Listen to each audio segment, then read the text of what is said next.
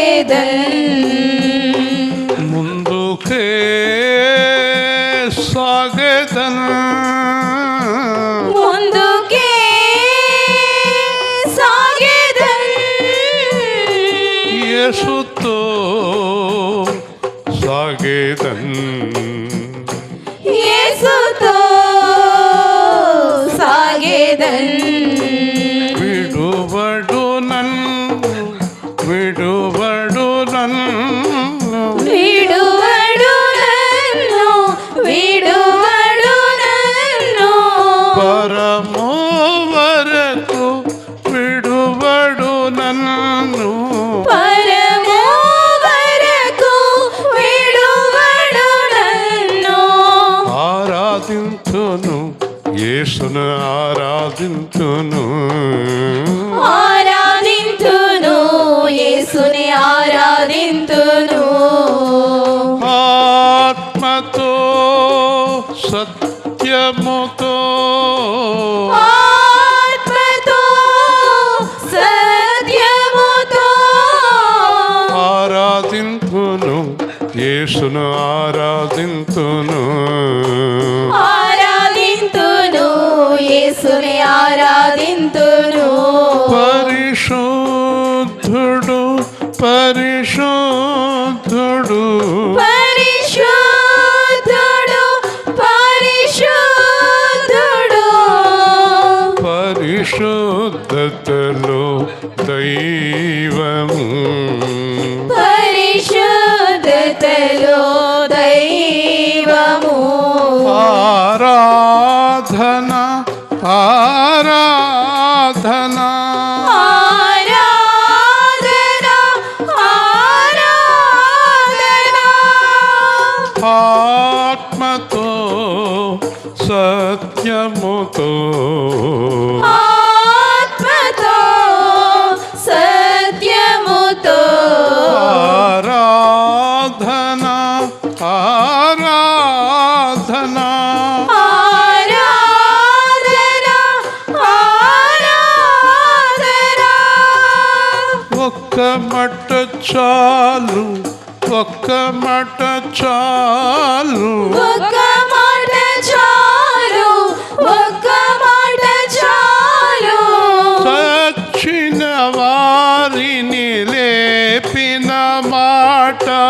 చచ్చిన వారిని లేపిన మాట గ్రుడ్డి వారికి చూపించిన మాట రొట్టి వారికి చూపించిన మాట పడి ఉన్న వారిని లేవనెత్తిన మాట పడి ఉన్న వారిని లేవనెత్తిన మాట యేసు మాట ఒక్క మాట చాలు యేసు మాట ఒక్క మాట చాలు ఆరాధన ఆరాధన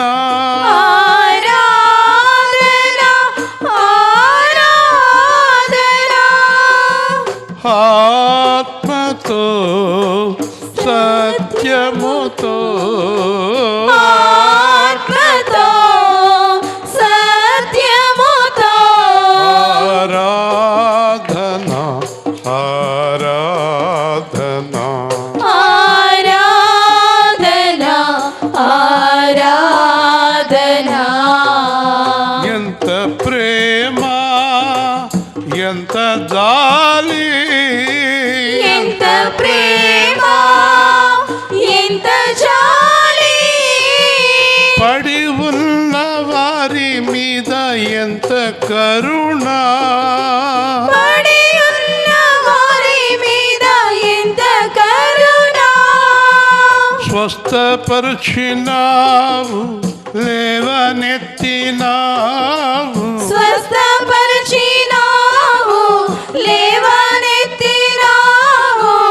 నీ పిల్లలుగా చేర్చుకున్నావు నీ పిల్లలుగా చేర్చుకున్నావు ఆరాధన ఆరాధనా ఆరాధన ఆరాధన ఆత్మతో సత్యముతో ఆత్మతో సత్యముతో ఆరాధనా ఆరాధనా ఆరాధన ఆరాధన.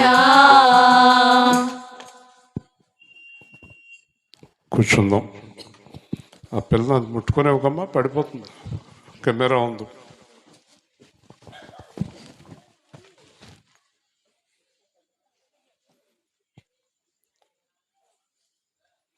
యోహాను సువార్త 20వ అధ్యాయం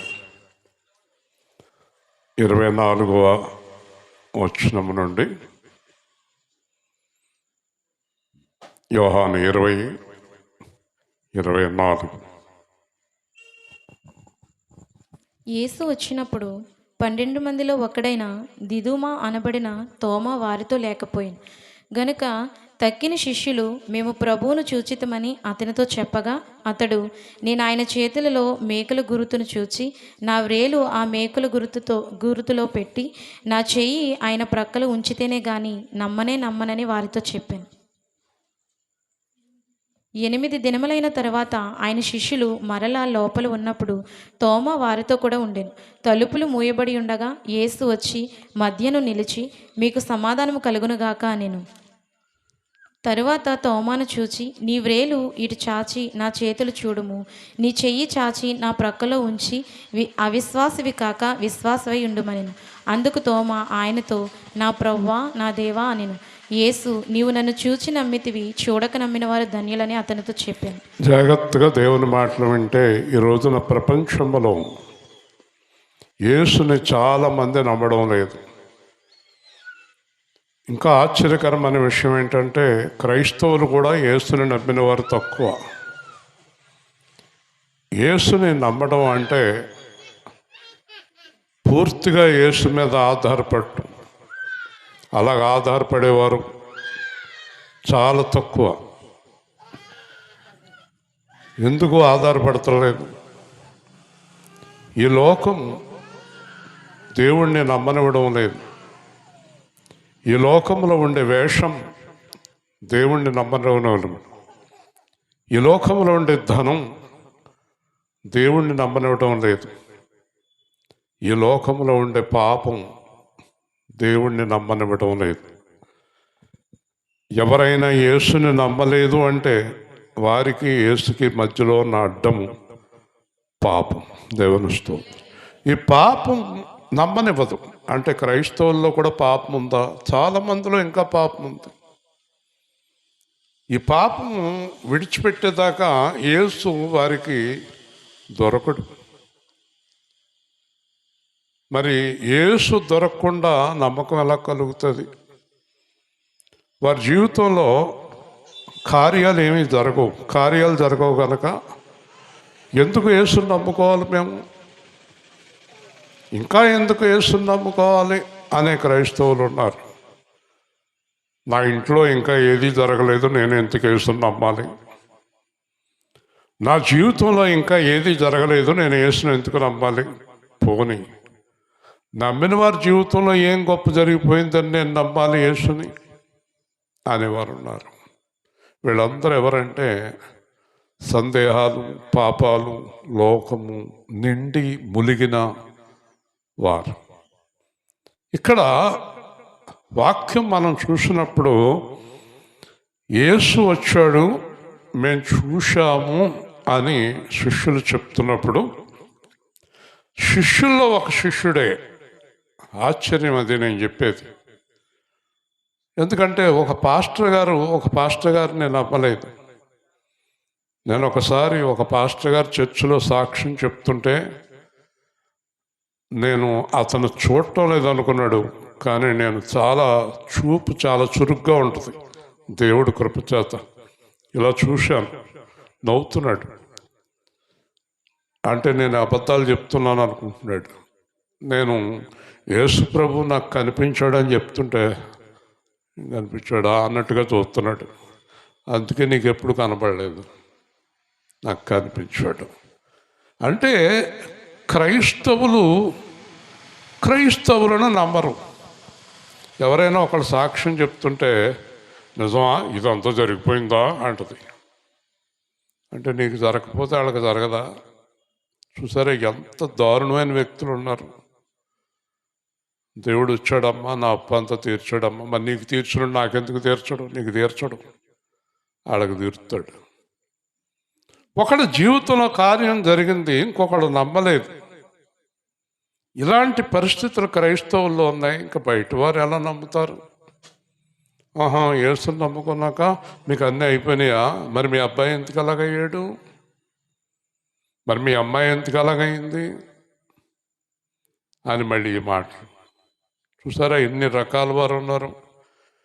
కానీ ఈ రాత్రి చెప్తున్నాను, నువ్వు నమ్మినా నమ్మకపోయినా ఆయనే జీవము గల దేవుడు. హల్లెలూయా. నువ్వు నమ్మితే ఎంత, నమ్మకపోతే ఎంత ఆయనకి. నువ్వు నమ్మకపోతే ఏంటంట, దేవదూతలు స్తుతిస్తున్నాయి ఆయన దేవుడని, ప్రకృతి అంతా స్తుతిస్తుంది. ఆయన నమ్మిన వారు కోట్ల కొలదిగా స్తుతిస్తున్నారు. నేను నమ్మను అంటే మాని, నమ్మకపోతే మాని. అందుకే యెహోషువ అన్నాడు, మీరు ఏం చేస్తారో చేసుకోండి, నేను నా ఇంటి వారు ఆయన్ని సేవిస్తాము. హల్లెలూయా. అంతే. నీ అన్నయ్య అంటాడు, ఏమైపోయిందమ్మా నీ జీవితంలో నమ్మేసావు అంటాడు. అమ్మా నేను నమ్మనే అంటాడు. ఈరోజు నేను మీకు చెప్తున్నాను, మీరు ఒకరితో పోలిక పెట్టుకోకుండా మీ మట్టుకు మీరు యేసునందు నమ్మిక ఉంచండి. హల్లెలూయా. నేను చేసేది అదే. ఇక్కడ నేను నమ్మను, ఆయన చేతులలో మేకుల గురుతులలో నా వ్రేలు పెట్టి పక్కలో చెయ్యి ఉంచితేనే కానీ నమ్మను. ఆయన్ని చేతులకు మేకులు కొట్టారు కదా, చుట్టూ కొరడాలతో కొట్టి చిత్త కొట్టేశారు కదా, ఆ మేకులు కొట్టిన చేతిలో నా వేలు పెట్టి ఈ పక్కలంతా తడిమి చూస్తేనే కానీ నేను ఆయన యేసని నమ్మను. చూసారా, ఆయన మహిమాదేహంతో లేచాడు. ఆయన లేచింది మహిమాదేహం. మహిమాదేహానికి మళ్ళీ బొర్రులు ఉండాలా? చచ్చిపోయి తిరిగి లేచినోడికి మళ్ళీ షుగర్ ఉండాలా? షుగర్ ఉంటేనే కానీ నమ్మనంటావా? చచ్చిపోయి తిరిగి లేచినోడికి మళ్ళీ షుగర్ ఏంటి? లాజరు భయంకరమైన వ్యాధితో చనిపోయి పరలోకంలో చాలా అందంగా కనిపిస్తున్నాడు. అది కాదు, ఇతను లాజరు కాదంటావేంటి? అంటే ఇదే వ్యాధితో పరలోకంలో ఉండాలా? ఇతను ఆలోచన చూడండి. ఆ బొర్రులు ఉంటేనే కానీ నమ్మను. బొర్రులు ఉండాలా? ఎంత పొరపాటు! ఆ మాట ఎంత పొరపాటు! యేసు తిరిగి లేచాక బొర్రులు కొరడా దెబ్బలన్నీ ఎందుకుంటాయి? ఆయన మహిమాదేహంతో లేచాడు. హల్లెలూయా. ఆ దేహం కాదు, మహిమలోకి మారిపోయింది. ఆ దేహం మహిమలోకి మారిపోయింది కనుక తలుపులన్నీ వేసున్నా లోపలికి వచ్చేసాడు ఆయన. ఇంకా బొర్రులు మేకులు కావాలా నీకు? అందుకే చాలామందికి దేవుడు నమ్మని వారికి సిలువలో దర్శనమిస్తూ ఉంటాడు. సిలువలో వేలాడుతున్న దర్శనం చూపిస్తాడు. ఈ సిలువలో దర్శనం చూపించడానికి కారణాలు ఏంటంటే, ఒకటి, ఇంకా నమ్మటం లేదనే వారికి, రెండు, నీ గురించి నేను రక్తం చిందించానయ్యా అని చెప్తాడు. హల్లెలూయా. అలా సిలువలో చూసినప్పుడే మన హృదయం కదిలిపోతుంది ఆయన చూసినప్పుడు. కాబట్టి ఇతను నమ్మనన్నంత మాత్రాన యేసుప్రభు వచ్చి కనిపించవలసిన అవసరం లేదు. కానీ ఇది దృష్టాంతరాలుగా మనకి ఇవ్వబడింది కనుక ఈ బైబిల్ గ్రంథంలో సత్యం రాయబడింది కనుక మన గురించి ఆయనకి కనబడ్డాడు, మన గురించి తోమకు కనబడ్డాడు, మీ అందరి గురించి నాకు కనిపించాడు. హల్లెలూయా. నేను కూడా యేసుని చూశాను. కాబట్టి యేసు ఈరోజు రాత్రి సాక్ష్యం ఏంటంటే, యేసు బ్రతికి ఉన్నాడు, లేచి ఉన్నాడు. ఈ సకల చరాచర జగత్తును చేసిన దేవుని పక్కన కూర్చుని ఉన్నాడు. కాబట్టి రాత్రి ఈరోజు సువార్త జరుగుతూ ఉంది. హల్లెలూయా. చాలా గొప్పవాడు ఆయన, ఆయనకు అసాధ్యమైంది లేదు. ఈ యేసు కుర్పంది మా అమ్మాయికి గర్భం అండి, ఆ గర్భంలో శిశువు గుండె కొట్టుకుంటలేదు అన్నారండి, కంగారుగా ఉందండి అని ఇవాళ పొద్దున్న మళ్ళీ ప్రార్థన చేయించుకుని ఆ అమ్మాయిని హాస్పిటల్కి తీసుకెళ్ళింది. ఇందాక సాయంత్రం 6ంటికి ఫోన్ చేసింది, చక్కగా ఉందంటండి, కొట్టుకుంటుందంటండి. దేవుని స్తోత్రం. దేవుడికి అసాధ్యమైంది లేదు. విశ్వాసాన్ని బట్టి దేవుడు అద్భుతాలు చేస్తాడు, ఆశ్చర్యకార్యాలు చేస్తాడు. మీరు నమ్మితే నా మహిమను చూస్తారు అన్నాడు. ఈ రాత్రి అందరికీ చెప్తున్నాను, యేసు ఉన్నాడు పరలోకములో. ఈ సృష్టిని చేస్తున్న దేవుని పక్కన కూర్చున్నాడు. ఎవరిని బ్రతికించాలన్నా, ఎవరిని తీసుకెళ్లాలన్నా, ఎవరిని నిలబెట్టాలన్నా, ఎవరిని పడగొట్టాలన్నా, దేవాది దేవుడైనటువంటి ఆ దేవుని పక్కన యేసు కూర్చుని ఉన్నాడు కనుక నువ్వు యేసుని నమ్మగలిగితే దేవుడు నీ జీవితంలో అద్భుతాలు చేసుకుంటూ వెళ్ళిపోతాడు. హల్లెలూయా. యేసుని నమ్మాలి, అదే సువార్త. యేసుని నమ్మాలి, యేసు ఉన్నాడని నమ్మాలి, యేసు పరలోకములో ఉన్నాడని నమ్మాలి. ఇందాక మా చుట్టాల అబ్బాయి కిరణ్ వచ్చాడు. 10వ భాగం ఇచ్చిన కాడి నుంచి నేను బాగా ఆశీర్వదింపడ్డానండి అన్నాడు. నేను అన్నా, నా మాటలు చెప్తుంటే కొంతమంది డబ్బు మీద ఆశ పెరిగింది అనుకుంటున్నారు, కొంతమంది 10వ భాగాలు ఇవ్వటం లేదు, మానేశారు, కొంతమంది ఇస్తున్నారు.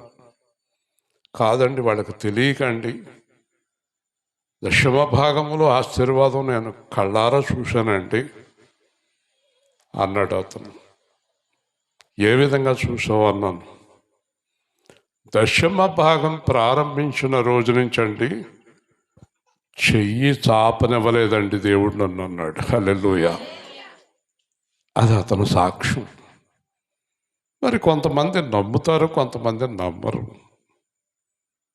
మనం చెప్పుకుంటూ పోతే ఇలాంటివి ఎన్నో సాక్ష్యాలు ఉంటాయి. ఒకటి, ఈ 10వ భాగం ఇవ్వమని ఆజ్ఞాపించింది ఎవరు? మనుషులా, దేవుడా? దేవుడే కదా. నువ్వు దేవుడు ఆజ్ఞను పాటించినప్పుడు దేవుడు ఆశీర్వాదం ఎందుకు రాదు? కానీ నువ్వు దేవునితో కనెక్షన్ కలిగలేవు. ఇంకో మాట కూడా చెప్పాను నేను, దేవుడి మీద విశ్వాసం లేకుండా మొక్కుబడిగా 10వ భాగం ఇచ్చినా ఆశీర్వాదం రాదు. దేవుడి మీద ఆనుకోకుండా, దేవుని మార్గంలో నడవకుండా 10వ భాగం ఇచ్చినా ఆశీర్వాదం రాదు. దానికి తార్కాణం ఏంటంటే, హేబేలు అర్పించాడు, కయీను అర్పించాడు. కయీను అర్పణ కాలుతో తన్నాడు, హేబేలు అర్పణను ఆశీర్వదించాడు. హల్లెలూయా. కాబట్టి ప్రవర్తన సరిగ్గా లేకుండా 10వ భాగం ఇచ్చిన పని అవదు. అది కూడా గుర్తుపెట్టుకోండి. ఆజ్ఞాతిక్రమణం పాపం. బలవంతపు కానుకలు కూడా దేవుడు అంగీకరించడండి. దేవుడు బలవంతమైన దేన్ని అంగీకరించడు. ఇప్పుడు నేను చెప్పదలుచుకున్నది ఏంటంటే, మనం నమ్ముకున్న యేసుక్రీస్తు ఇప్పుడు ఎక్కడున్నాడు? పరలోకంలో. ఎవరి ప్రక్కన? చెప్పండి, ఇప్పుడు చెప్పండి. దేవుడికి అసాధ్యమైనది ఉందా? చెప్పాలి. యేసుక్రీస్తుని నమ్ముకున్న వారికి అసాధ్యమైనది ఉంటుందా? ఉండదు కదా. దేవుని స్తోత్రం. ఎవరినైతే యేసు అంగీకరిస్తాడో వాళ్ళ గురించి దేవుడితో చెప్తాడు. ఇశ్రాయేలు, నా మీద నమ్మకం కలిగి ఉన్నాడు తండ్రి, చెయ్యండి అంటాడు. అప్పుడు దేవుడు పరిశుద్ధాత్మ చెప్తాడు, చెయ్యి, అతనికి ఏం కావాలి అడిగాను. మధ్యాహ్నం అతను ఫోన్ చేశాడు, ఏం కావాలని నీకని అడిగాడు దేవుడు. ఈ రాత్రి సువార్త జరగాలని మాత్రమే కోరుతున్నాను అన్నాను. హల్లెలూయా. అంతకన్నా ఎక్కువ కోరిక ఏం కోరలేదు నేను. మనం కోరే కోరికలు దేవుడు తీరుస్తాడు. మనం ఆయన పనినే అడుగుతున్నాం, ఆయన్నే అడుగుతున్నాం. చాలామంది లోకరీత్యా మాట్లాడతారు, నేను లోకరీత్యా దేవుణ్ణి ఏది అడగను. అప్పుడు కిరణతో ఆ అబ్బాయితో ఒక మాట అన్నాను, నేను ఎవరిని కానుకలు కానీ దశంభాగం కానీ అడగను. ఏమండి అన్నాడు, నేను దేవుడితో చెప్తాను, దేవుడు వాళ్ళతో మాట్లాడతాడు, నేను మనుషులతో మాట్లాడను. దేవుని స్తోత్రం, హల్లెలూయా. కాబట్టి మనము దేవుణ్ణి అడుగుదాం, మనకేం కావాల్సిన దేవుణ్ణి అడుగుదాం. దేవుణ్ణి నమ్మినప్పుడు మనుషుల్ని ఎందుకు అడగటం? దేవుణ్ణి అడుగుదాం. రాజులను దరిద్రులు చేయన్, దరిద్రులను రాజులుగా చేయన్, దేవునికి సమస్తము సాధ్యమే, దేవునికి అసాధ్యమైనది ఏదియో లేనిది. దేవునికి అసాధ్యమైనది ఏదియో లేనిది. దేవునికి సమస్తము సాధ్యమే. చీకటిని వెలుగుగా చేసి శూన్యములో సృష్టిని కలుగచేసి పాపులను పరిశుద్ధులు చేసి పరలోక రాజ్యము ఇచ్చెను. దేవునికి సమస్తము సాధ్యమే. దేవుని స్తోత్రం. ఇది గుర్తుపెట్టుకోండి, అందరూ చెప్పండి, దేవుడికి చెప్పండి, సమస్తము సాధ్యమే. అంతే. అంటే దాంట్లో సాధ్యం కాంతి లేదు. కానీ ఎందువల్ల జరగట్లేదు? విశ్వాసం లేదు, ఆయన మార్గంలో నడవు, ఆయన ఆలోచన వేరు, నీ ఆలోచన వేరు, అందువల్ల జరగటం లేదు. దేవుని ఆలోచన నీ ఆలోచన ఒక్కటైనప్పుడు దేవుని కార్యం జరుగుతుంది. ఏ కార్యం జరగాలని ఆయన నిర్ణయించాడో అది జరిగి తీరుతుంది. కానీ అది మేలే జరుగుతుంది. హల్లెలూయా. దేవుడు ఎవరికి కీడు చేయడం. మనుషులు కీడు చేస్తారు, అపవాది కీడు చేస్తారు, దేవుడు కీడు చేయడం. కాబట్టి ఈ శిష్యులు చెప్పినప్పుడు నమ్మలేదని వాళ్ళకి బాధ కలిగింది. 8 దినములైన తరువాత చూసారా, వెంటనే వచ్చేసి ఏమయ్యా లేనంటున్నావంట, ఇదిగో అని అనడు. ఆయన ప్రతిదానికి టైం పెడతాడు, సమయం పెడతాడు. 8 దినములైన తరువాత మరలా లోపల ఉన్నప్పుడు తోమా వారితో ఉండెను.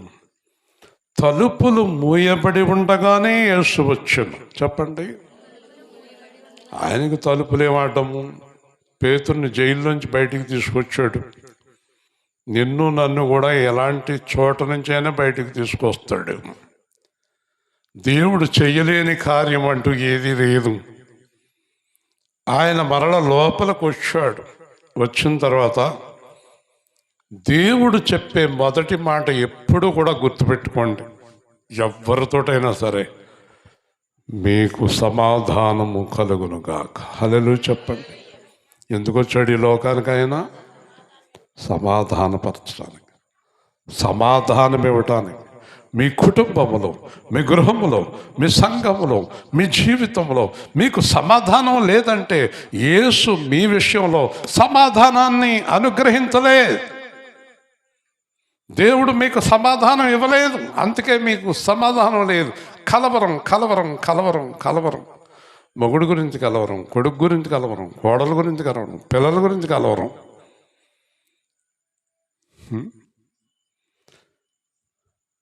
దాకా కిరణ్ అంటున్నాడు, చాలా ప్రశాంతంగా ఉన్నారు అన్నాడు. ఉన్నాను. మరి సువార్త అంటున్నారు, అందుకే ప్రశాంతంగా ఉన్నాను అంటే అన్నాడు. సువార్త ప్రకటించేది నేను కాదు కనుక. హల్లెలూయా కదా. ప్రశాంతంగా ఉంటాం, కలవరం ఉండదు. కలవరం ఎందుకు ఉండదంటే హృదయంలో సమాధానం ఉంది. ఈ సమాధానం ఉన్నవాళ్ళు దేనికి కలవరపడరు, ఏమైనా కలవరపడరు, ఏం జరిగినా కలవరపడరు. ఒకవేళ నెమ్మదిగా ఆయన మనల్ని తీసుకుంటే అసలు కలవరమే లేదు. హల్లెలూయా. అంతకన్నా సంతోషం ఇంకోటి లేదు. బ్రతుకుట చావు అయితే నిజంగా అంటున్నారా? చాలా కార్యక్రమాలు ఉన్నట్టున్నాయి మీకు, లేవంటుంది రమాదేవి. కాబట్టి సమాధానము కలుగునుగాక. చూసారా? తరువాత తోమను చూశాడు. తోమ అప్పటికే సిగ్గుపడిపోతున్నాడు. తోమ ముఖం దించేసుకున్నాడు. అయ్యయ్యయ్యో, అనవసరంగా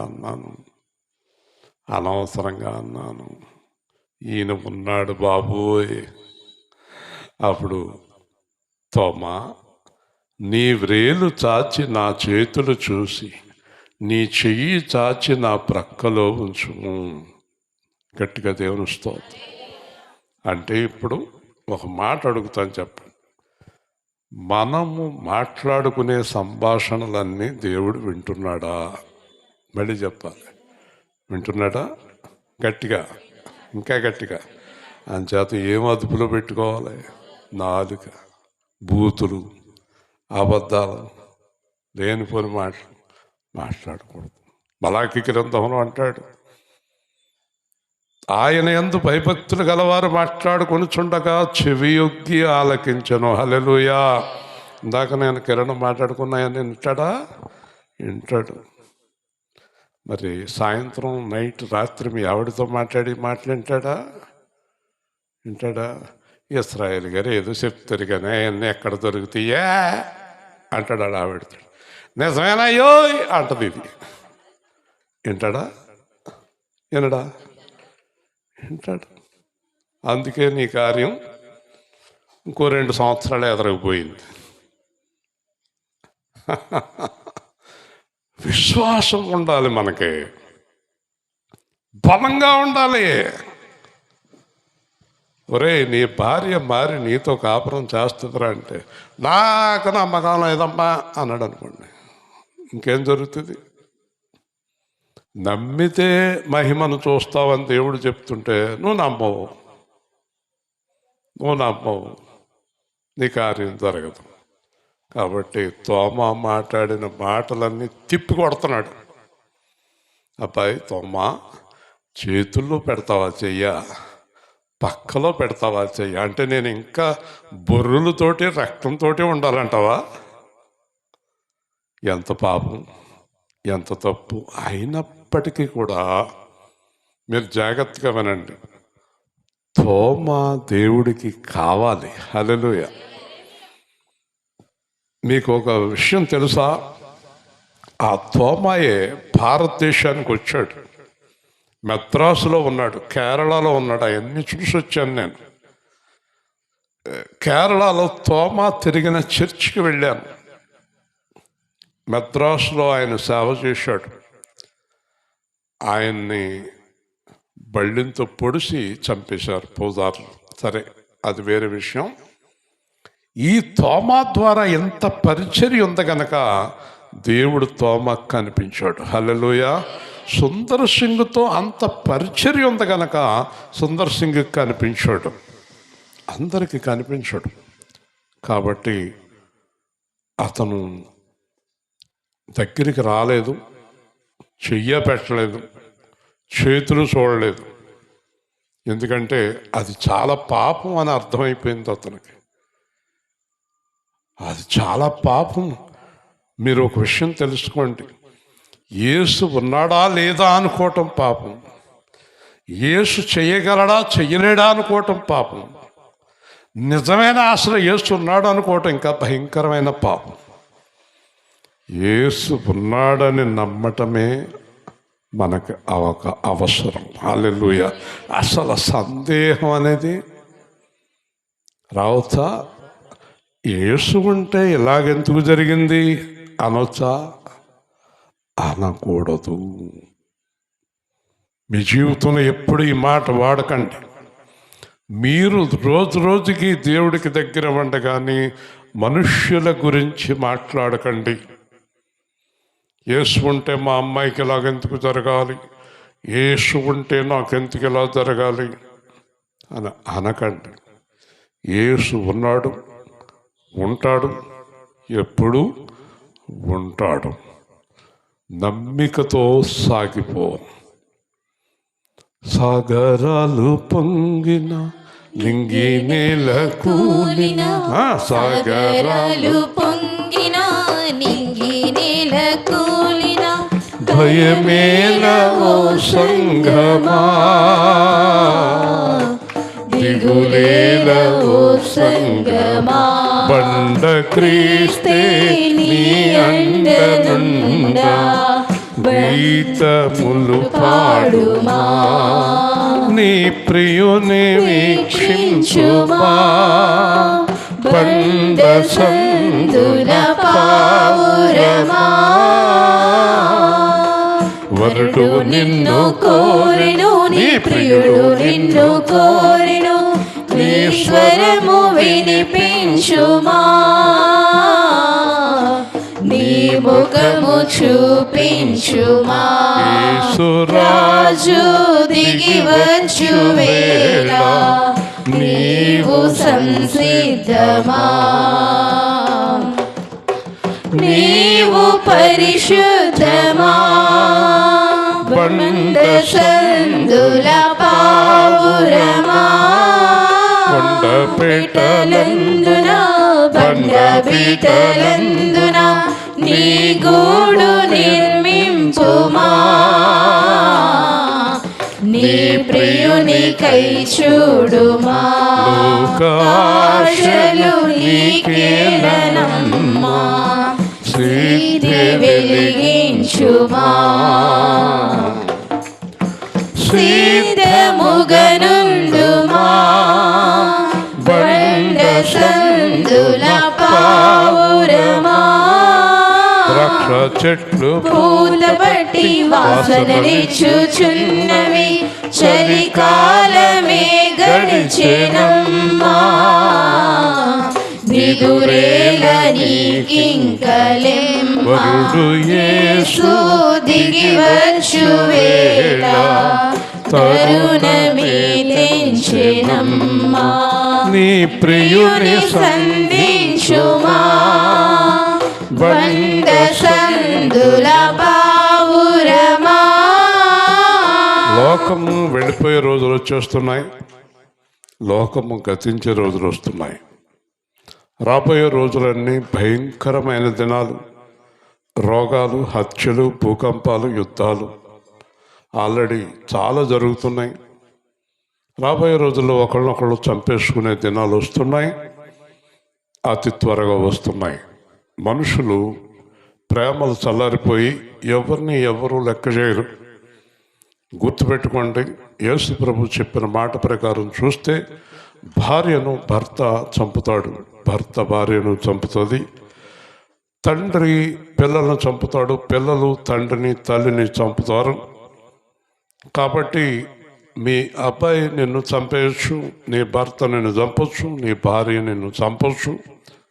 ఇక్కడ మనుషులు క్రూరులుగా మారిపోయి ఒకరినొకరు చంపేసుకునే దినాలు వచ్చేసాయి, జరిగిపోతున్నాయి. రోజు యూట్యూబ్లో చూస్తున్నా, పేపర్లో చూస్తున్నా, ఒకరినొకరు చంపేసుకుంటున్నారు, చచ్చిపోతున్నారు. ఆత్మహత్యలు, యుద్ధాలు, భూకంపాలు, మోసాలు, ధనాపేక్షలు, ఇవన్నీ తెగుళ్ళు, భయంకరమైన రోగాలు. కేరళ రాష్ట్రంలో కొత్త రోగం స్టార్ట్ అయింది. అనేక రోగాలు మనుషుల్లో విస్తృతంగా ఉన్నాయి. రోజు ఒక బిళ్ళ వేసుకొని వ్యక్తి చిన్న పిల్లల దగ్గర నుంచి పెద్దవారి వరకు లేరు.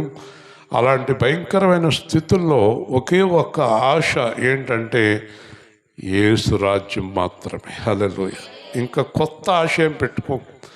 కొత్త ఆశ నా కూతురు నా అల్లుడు కలిసి కాపురం చేసి పిల్లల్ని కని నేను సంతోషంగా చూస్తాననే ఆశ పెట్టుకోవద్దు. నీ భర్త మళ్ళీ వస్తాడనే ఆశ పెట్టుకోవద్దు. నీ భార్య నీ కోసం త్యాగం చేస్తుందనే ఆశ పెట్టుకోవద్దు. నీ పిల్లలు పెద్దవాళ్ళు అయి నిన్ను పోషిస్తారనే ఆశ పెట్టుకోవద్దు. కాబట్టి ఇవన్నీ వెళ్ళిపోతున్నాయి, రోజులన్నీ మారిపోతున్నాయి. ఇప్పుడు ఎవరిని చంపితే ఎంత లాభం అనేటటువంటి రోజులు వచ్చేసాయి. అలాంటి దినాల్లో మనం ఉన్నాం. అలాగని మీరు ఎవరిని ఇబ్బంది పడవద్దు. అలాంటి ఆలోచన చేసి మనసును కలవరం పెట్టుకోవద్దు. ఏది జరిగినా అది యేసు చిత్తం అనుకో. హల్లెలూయా. అంటే ఒకవేళ మీ అబ్బాయి కనుక నిన్ను చంపుతున్నాడు అంటే కూడా దేవుడు అనుమతి ఇచ్చాడు అనుకో, హాయిగా చచ్చిపో. కానీ నువ్వు దేవుడి కొరకు జీవించు, అది నేర్చుకో. భర్త కోసమో భార్య కోసమో పిల్లల కోసమో లోకం కోసమో డబ్బు కోసమో నువ్వు జీవించొద్దు. దాంట్లో నీకు సంతోషం కలిగే రోజులు వెళ్ళిపోయాయి. హల్లెలూయా. ఆ రోజులు ఇప్పుడు లేవు. మా అమ్మాయి నన్ను చాలా సంతోషపెడుతుంది, మా అబ్బాయి నన్ను చాలా సంతోషపెడతాడు అనే దినాలు వెళ్ళిపోయినాయి. నువ్వు ఎవరు సంతోష పెడతారని ఆశపెడుతున్నావో వాళ్ళే నీ చావు కోరుకుంటారు. హల్లెలూయా. అలాంటి దినాలు ఉన్నాయి కనుక మనం అయితే వాటి గురించి బాధపడక్కర్లేదు, చింతపడక్కర్లేదు. ఎవరు నన్ను విడిచినా నా కొరకు ప్రాణం ఇచ్చిన యేసు నాతో ఉన్నాడు. హల్లెలూయా. కాబట్టి ఈ లోకంలో ఎలాంటి సంఘటనలు జరిగినా దాని గురించి బాధపడద్దు. ఏమంటే చూసారా ఎంత నమ్మకంగా పట్టుకెళ్ళి మోసం ఇవన్నీ జరుగుతాయి. పౌలు గారికి జరిగింది, నీకు నాకు జరగటం ఏంటి?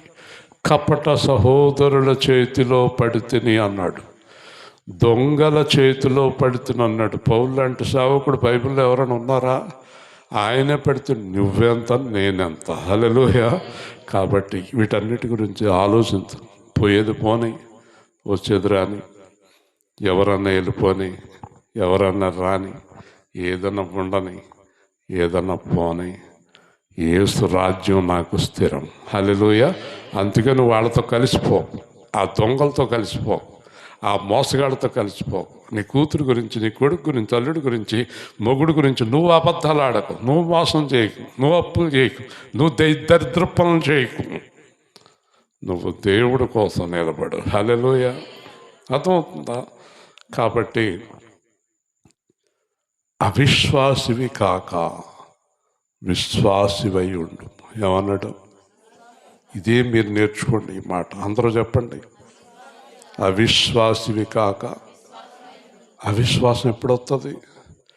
గుర్తుపెట్టుకోండి, ఖచ్చితంగా చెప్తున్నాను. ఒక మనిషిని నమ్మితే నీకు అవిశ్వాసం వస్తుంది. దేవుణ్ణి నమ్మితే ఎప్పటికీ అవిశ్వాసం రాదు. హల్లెలూయా. నువ్వు ఎవరిని నమ్మినందువల్ల అవిశ్వాసం వచ్చింది నీకు? మనిషిని. అది పెళ్ళవమనే, మొగుడవనే, ప్రియుడవనే, ఎవరైనా అయిపోయినా మోసం చేస్తారు. మాట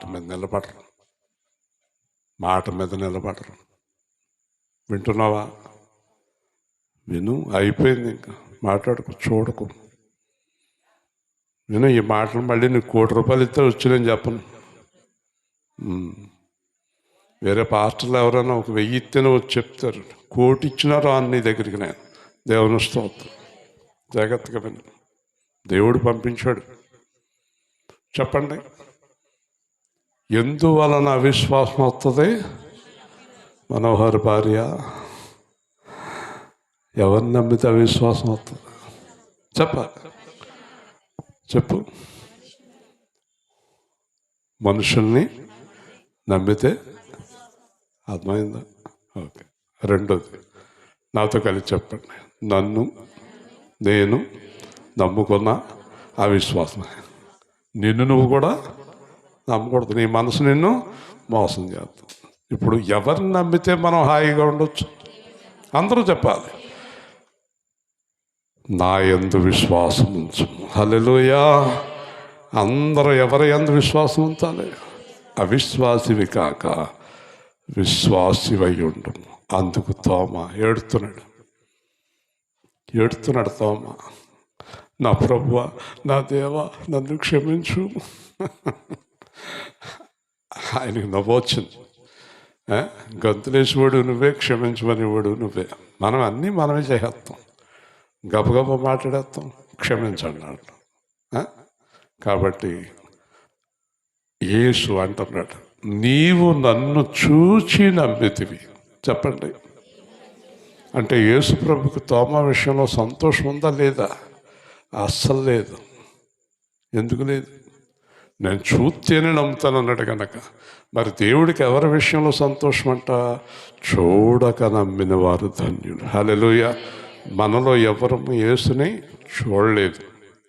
అంటే నేను చూశాను కానీ అయ్య బాబోయ్, తోమా చూసినంత బాగా చూడలేదు, పేతురు చూసినంత బాగా చూడలేదు. అలా కనిపించారు ఒక క్షణం. కాబట్టి ఎవరంటే ఎక్కువ ఇష్టం దేవుడికి? చూడకుండా విశ్వాసం ఉంచిన వారు. హల్లెలూయా. అంటే మన మీదే ఎక్కువ ప్రేమ దేవుడికి. తోమా మీద కంటే కూడా మన మీదే ఎక్కువ ప్రేమ.